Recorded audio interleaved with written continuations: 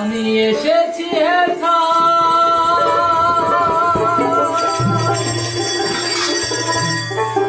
তোমারই আজ্ঞায়, আদেশ করিবা মাত্র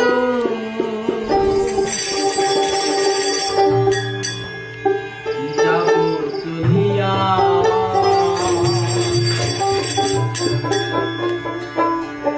পরমে পদ